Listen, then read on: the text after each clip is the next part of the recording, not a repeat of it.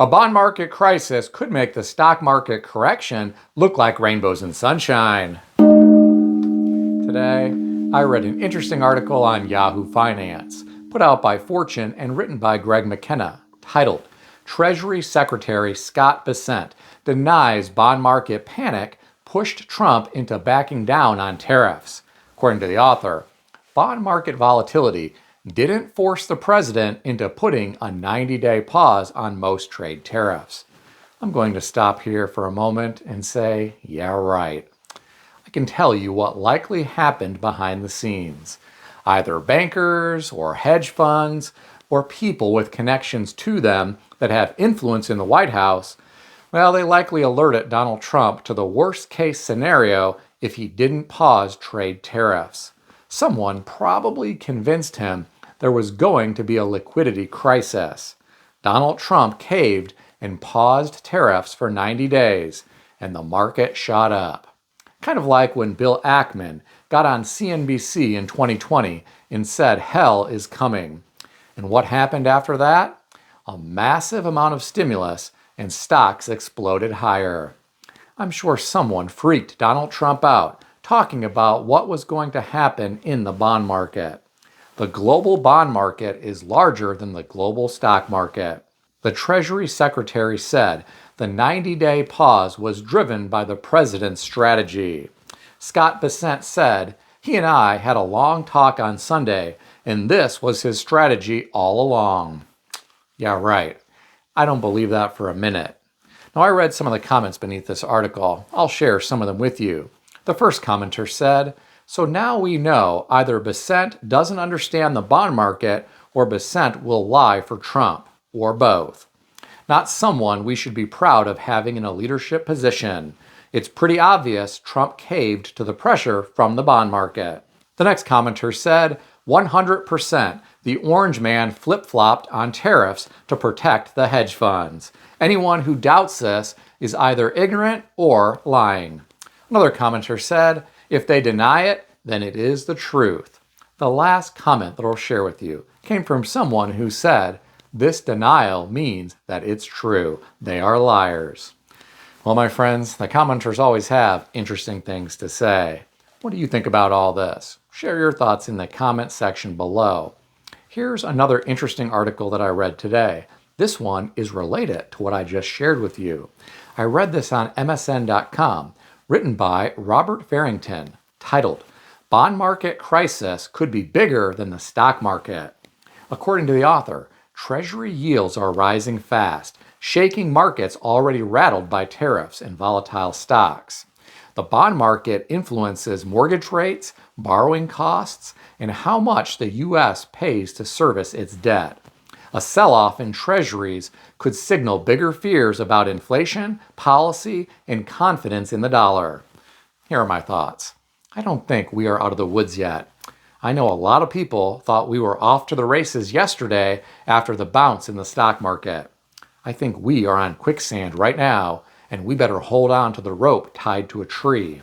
This trade war between the U.S. and China could get ugly.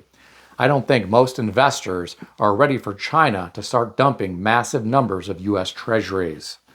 I really am surprised markets have been holding up as well as they have. We haven't hit limit down yet. We could still see fireworks depending on how all this is handled in Washington. But that's what I think. And what do I know? I'm just some guy on YouTube with a gong. Now, this next article references Ray Dalio. This article was on Yahoo Finance, put out by Benzinga and written by Shamik Sen Bhattacharya G, titled, Ray Dalio says, don't make the mistake of thinking what's happening now is due to Trump tariffs. Billionaire Ray Dalio said, President Trump's tariffs are merely a symptom, but not the cause of the turmoil. He talked about dangerously unsustainable borrowing and how the U.S. has had over $36 trillion in debt, which continues to balloon. He also referenced the deepening rift between the far left and far right. What struck me the most were his comments about how the old U.S.-led world order is breaking apart. He talked about how the America First strategy is a shift to power rules. He also said AI is accelerating everything, from geopolitical arms races to labor market dislocation. He said this is not business as usual. My friends, this is all very interesting information. Ray Dalio has studied the rise and falls of empires throughout history. He has some interesting videos and books about this. Many of you likely know of previous empires that have collapsed. Rome is an example, and so is the Soviet Union. They had poor financial management and the inability to service massive debts. All of this led to economic collapses and social unrest. Let's hope we don't head down a similar path as a nation. I'm afraid we are on that trail already. How much time do we have? How will the government kick the can down the road further? They always seem to find a way. What's going to happen when they try and it doesn't work? I'll let you answer those questions in the comment section below. Speaking of comments, I read some beneath this article. I'll share some of them with you. Some of these are politically supercharged. Please keep in mind these are the thoughts of the commenters and not me. I share them with you to highlight what some Americans are thinking right now. The first commenter said, yes, America has a trade issue that requires attention. Trump's current methods are extreme, further complicated by the dismantling of the Consumer Financial Protection Bureau, the VA, and the Social Security system. Dalio's points are well taken, and I mostly agree with him. Whether you think the tariffs are simply the match that ignited the fire or the source of the fire, they do exemplify the weakness in the current administration's and Congress's approach to the systemic problems he outlines. As a moderate independent, I believe Democrats are not immune to these same observations. However, they at least try to mitigate some of these issues, or at minimum, give lip service to wanting to solve them. With respect to the deficit, the reality is we want to get it under control. Taxes need to rise and spending needs to be reduced.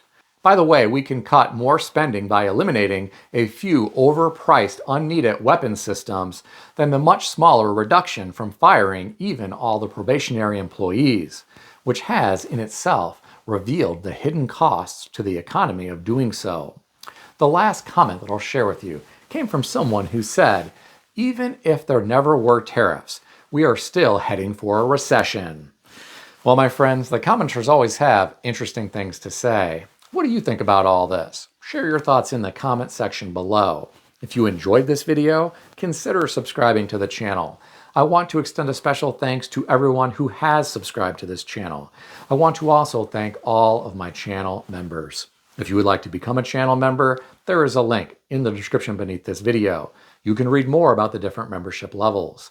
Please also check out some of the great books that I suggest you consider reading in the description below. I've included Amazon affiliate links to these books. As an Amazon associate, I earn from qualifying purchases. Stay healthy and wealthy. I'll see everyone in the next video.